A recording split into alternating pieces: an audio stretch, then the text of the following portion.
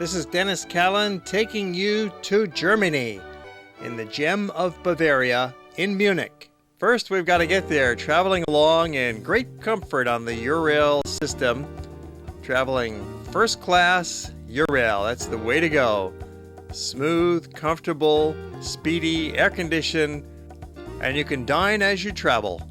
There's usually a dining car on board the train, and sometimes you even get service at your seat. That's a real luxury.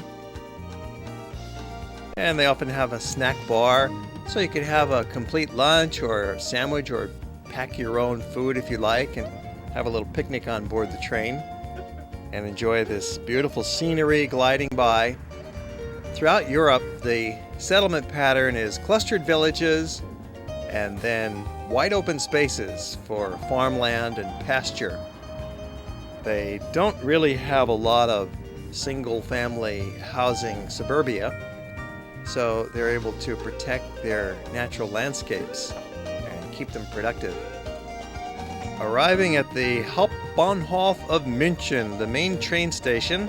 So first we're going to present to you kind of a quick, streamlined version of how to see Munich in a day.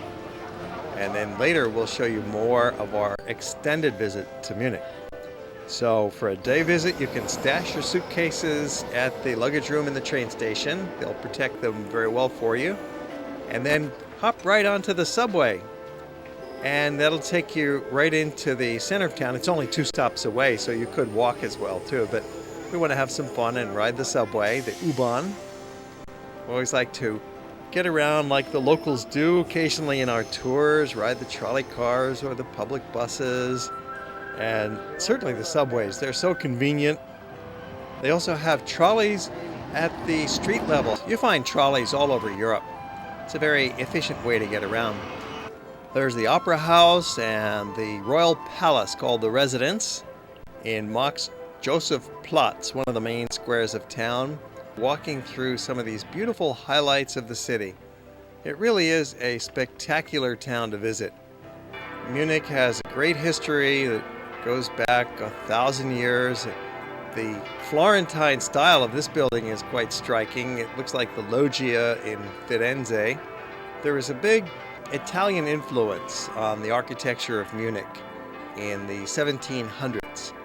They greatly admired the Italian Renaissance and the Baroque style of architecture, and you'll find echoes of that throughout the city.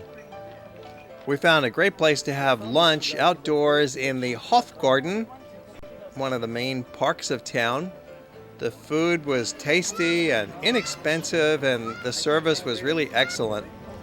We had nothing to complain about here in the Hoff garden lunch. The sausages and sauerkraut and beer and potatoes, that's the way to go in Munich. Famous for their white sausages and a whole bunch of different varieties of pork and veal sausage. That's a great meal and very easy on the budget. And then we're back in action again, up and moving, having a little stroll through the gardens. Honest House is the name of that restaurant.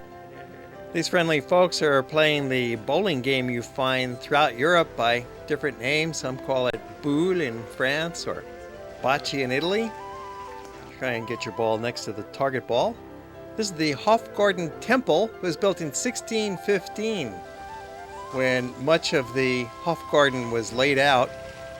This is the Royal Gardens right next to the Royal Residence, so it's a very lovely place to spend some time, have a stroll, and then we continue on to the main pedestrian mall of town, passing the Rathaus, the City Hall, by Marienplatz, going down Kofingerstrasse. There's a wonderful atmosphere here and many interesting sights to see, such as the Church of St. Michael. It's the largest Renaissance church north of the Alps. So the name of this church is St. Michael's, and it's a huge church. It's the second largest barrel vaulted church in the world, behind only St. Peter's in Rome.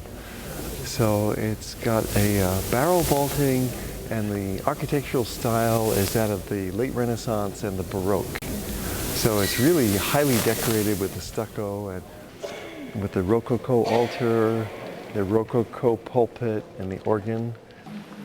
So this is the original architecture, but it's rebuilt after World War II in the original style.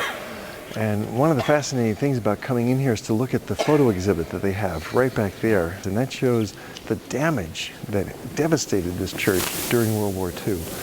And by extension, all of Munich was damaged in the same way as you'll see in those photographs back there. It's really quite amazing. And then they've rebuilt it as if it was brand new. We continue walking along the main pedestrian mall, which has now changed its name to Neuhauser Strasse.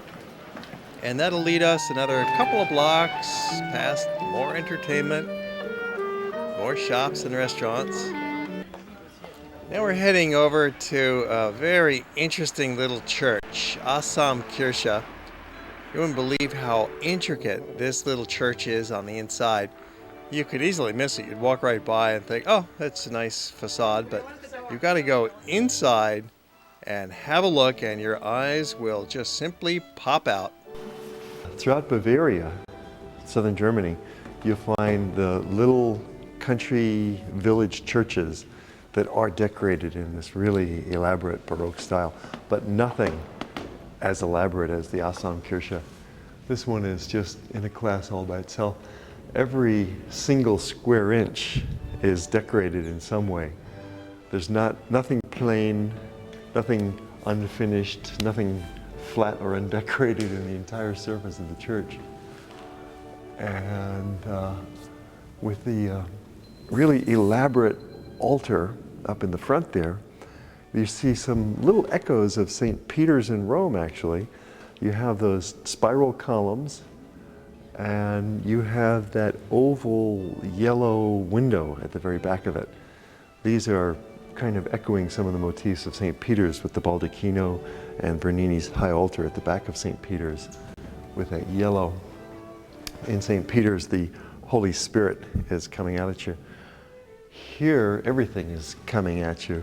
And so it's a small space, but it really does a lot. They really made the most of this small area. So it's called the Assam Kirche because it was made by the two brothers named Assam. And they live next door, and even today that's a museum. You can go in and see their house sometimes if you want. This is their masterpiece. They spent their lives working on creating this one church. An amazing little miracle here at the Assam Kirche.